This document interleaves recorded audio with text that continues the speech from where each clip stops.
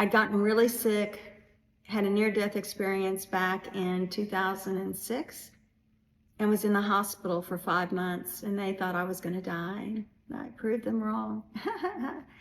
And in that time, there were so many things that occurred that I wanted, when I got out, to do everything I could to self-heal.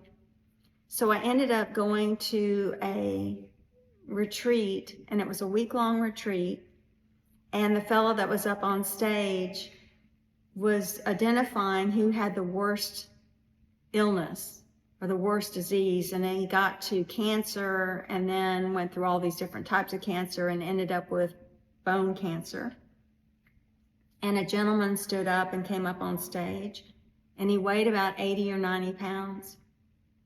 And he probably weighed more than that, but he was very gaunt and very thin. And he looked at, and I knew the presenter, and he looked at Richard and told him that he had bone cancer. And Richard looked at him and said, you don't have bone cancer. You don't have cancer. And I don't remember the rest of the conversation, but about 2 or 3 days later, I was standing at the coffee vending machine, and he came up and he put on 15 or 20 pounds.